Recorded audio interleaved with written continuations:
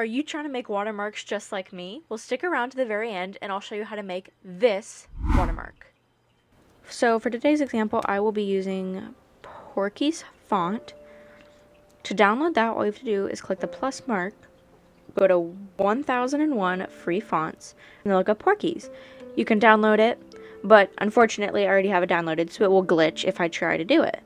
I want to make it pretty much as big as I can while leaving some room around the edges to work with. Make sure it's a little bit long so then that way the text has some free space. Then, so you can clearly see the background, I recommend using the black background. Then, once you have this, what I personally like to do is click the plus mark, go to the bucket tool, and then find a color that I like. For this example, I'll just be using some pink. Then I will click on each of the letters and then just remove the background.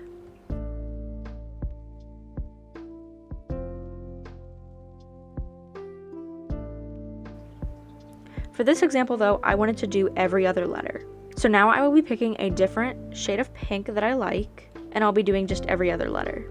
I wasn't a huge fan of it, so I decided to go with a slightly brighter pink. From here, what you're going to do is you're going to click the brush.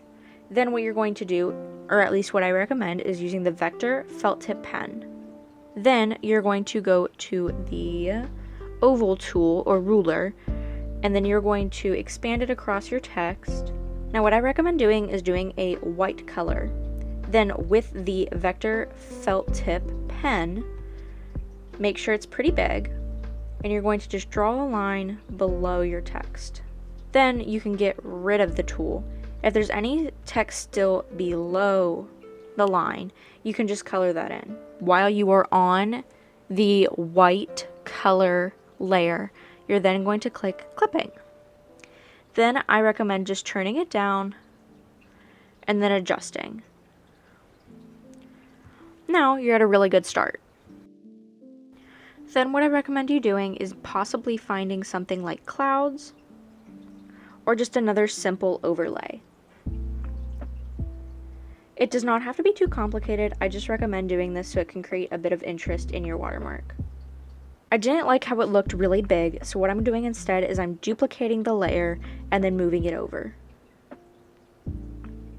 Then I will erase any of the overlay on the other letters. Then what I will do is I will unclip the layers and then click the black. Then click the transparent or dotted square and click cut. Go on to the other layer and again click cut. Then re-click the transparent or dotted square and then remove selected area. As you can see, there's still a bit of a black overlay on the clouds. What I will do first is I will then merge all of my cloud. Click filter, go to stroke, turn the color to white, and then turn up the inner and turn down the outer. Then what I can do is I can turn back on the clipping, and just like I did for the original layer, is turn down the transparency. What you can do now is you can merge all of your layers,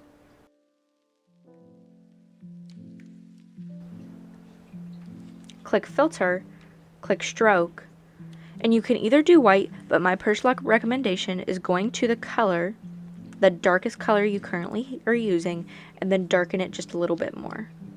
Then what I recommend doing is clicking the duplicate layer and then move it over ever so slightly.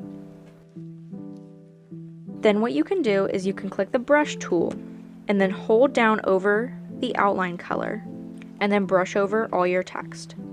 Then what you can do is you can click the clipping tool, and now you have some 3D elements.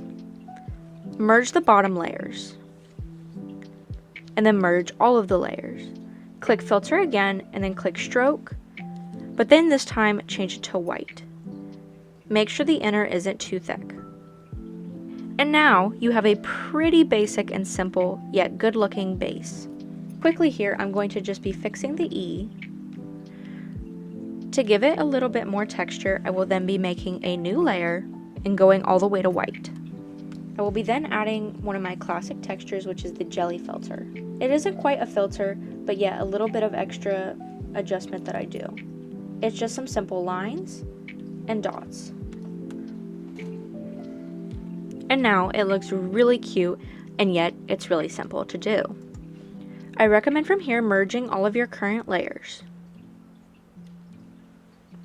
Then, if you would like to add even a little bit more detail, you can also import images. For this basic example, I'll be using this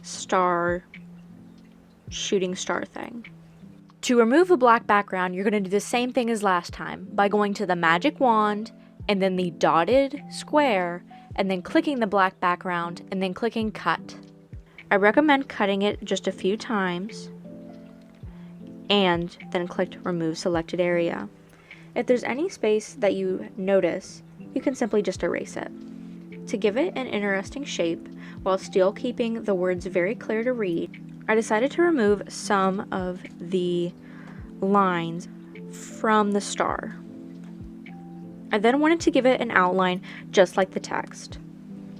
If for some reason you accidentally did too much, there's a simple fix. All you have to do is make a new layer underneath the text and then do a little bit of white.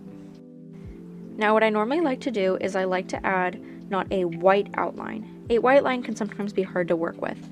So I'll also go in and give the text one more outline, being the darkest color. And now I feel like it matches everything else quite well. Again, I'll go in and clean up any areas that I think need it. Thank you so much for sticking around until the very end for my watermark tutorial. If you found this video helpful, please consider subscribing and leaving a like on this video. If you have any questions, feel free to leave them in the comments down below and I will do my very best to answer them. But have a fantastic rest of your day.